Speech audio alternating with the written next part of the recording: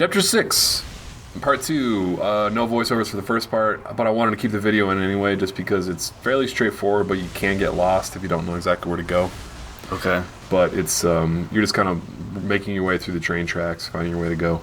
So now you got this new gun called the atomizer, which is very similar to the arc charger that's been in the last 2 games. And actually, level 2 of this gets you the arc charger of it, where like the electricity arcs between multiple dudes. And the secondary of this gun is fucking awesome. It's really good. It's great for killing huge waves of dudes that just kind of run at you. And you, at the very beginning of this video, you saw me drop it.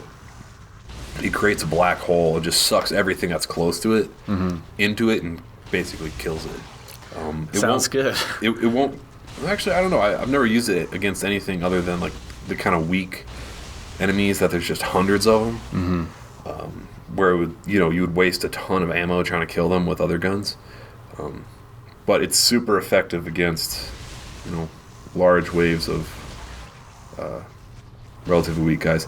Now, so it's this new enemy type that's just basically like a zombie that runs right at you, right? And you'll see a lot of pods around the level of me shooting these pods. And I'm going back there to get a little bit more of the atomizer ammo. And your cursor turns red when you, or your crosshairs rather, turn red when you mouse over them. When you look point at them. When you point at them. That means there's a bad guy inside? Yeah, that means there's a bad guy inside, but I'm not always sure whether or not they hatch. So I just play it safe and kill them all, because I'd rather kill them, waste a little bit of ammo right now than have it sneak up on me later. Rather be safe than sorry, as they say. Yeah. No, I like I'd rather waste a little ammo now than have them sneak up behind me later. That's much more catchy, Specific. Isn't it? No, it's much catchier than better safe than sorry, right? Yeah, and it applies for most situations. This gun looks good. It's cool. Like, it lights up the whole room. Like, it changes the lighting on everything, and it's cool, yeah. Yeah, you're right. It worked really well in kind of a darker environment like this. There's another gun that you get later that serves a very similar function, that it's kind of designed for killing large groups of people that are fairly weak enemies that run at you. Yeah. And it's called the freeze ray or the freeze gun or something like that. Oh, I remember watching you do that in your first run. And it's not nearly as good or fun to use as the atomizer. And which is kind of disappointing because they're so similar guns. But it still looks fun, because you get to pop them. Yeah, but it's really hard to tell, like, in the heat of the battle, if they're frozen enough to pop. So the atomizer's a lot better because they just pop. They just die. But I'll talk about the freeze ray when I get that later.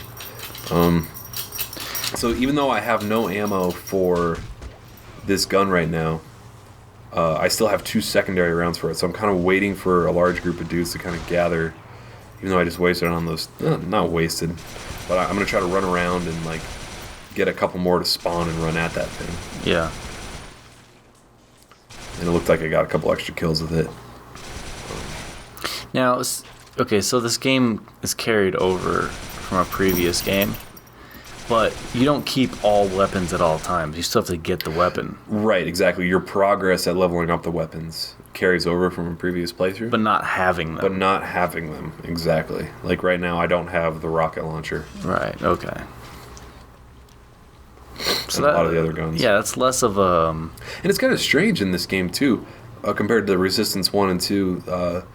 You start with the bullseye, which is the infantry weapon for the Chimera, which you see a lot of in all the games. And it's got that bullseye tag, which is a really cool mechanic that I have liked since the first one. And it's never been copied as far as I can remember. Yeah, I don't think it has either. The carbine has also been kind of a staple of the Resistance series, but it takes quite a while to get it in this game. Yeah. Which is strange. And it's the default starting weapon for multiplayer. Yeah, those are definitely like the two, it's the battle rifle of Resistance. Yep, definitely. With that grenade launcher, secondary. So there's a whole bunch of dudes outside that door. So I'm just going to drop the secondary of this thing and kill like 15 guys So it with it. sucks them in, or Yeah, it's called the black hole, I think. but it's a And- bright black hole, That's true. the white hole of doom. That's cool. Whatever's Yeah. happening there. That's the secondary. It Well, just that drops guy is- it. there's one guy it's just, spinning around like- it. He looks like he's trapped on like a ceiling fan.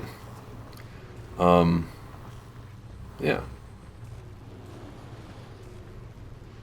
So you drop that bridge by hitting the switch, and you run up here. So how does the difficulty of this compare to other games and other resistances? Man, it's hard to say other resistances because it's been 2 years since I played one. Compared to like Call of Duty, I'm only halfway through the game right now, and I don't know. I'd say it's comparable to maybe some of the harder Call of Duties. Just because there's no regenerating health. The main difference in difficulty between different difficulty settings for this game is that you take a lot more damage. It seems that the enemies die at about the same rate, but you just die insanely quick if you're not like on your game, Yeah. And if you're playing like you have respawning health. Right, exactly. Like if you're just kind of like peeking around corners, taking a sniper shot to find them, and then yeah. There's definitely a couple levels later, like fairly early on. I think chapter Ooh, 10 that was it cool. may even be. Where there's a whole bunch of snipers, and it's like 3 sniper shots and you're dead. Well, I guess like Halo 2, one bad jackal shot and you're done for. Yeah. Now at this point, I didn't think of this until right now, but I probably could just run for the exit and not like worry about killing everybody. Yeah. Just because these guys are relatively dumb, just like bust out the shotgun. And so your ammo and guns are going to carry over to the next level? They do. They might not match up for this walkthrough because I have to like reload, and they give you different starting ammo and stuff. The guns will be the same. Okay. Like you can't lose guns. It's not like, so that's one thing I really like about 2 or 3 and 1 versus 2. 2, you had 2 weapons. You hit Y to switch them, like Call of Duty and Halo, and Killzone, I guess. 1 and 3, you have the wheel. Like Doom or something. Yeah, or like Half-Life or Ratchet and Clank. Ratchet and Clank has the wheel where you. Or Turok.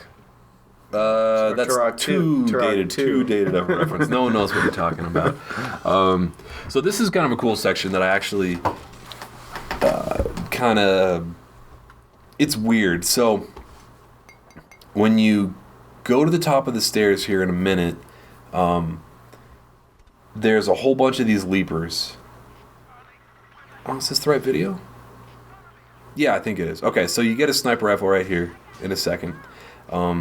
You don't have to actually shoot any of the dudes outside the door, but there's an achievement for getting 5 headshots on... for getting like 5 headshots with the Deadeye in a row without reloading. And then if you want to get that, that's a really good place to do it. But anyway, when you get to the top of the stairs in this next building, a whole bunch of these leapers like pop out of eggs and try to kill you.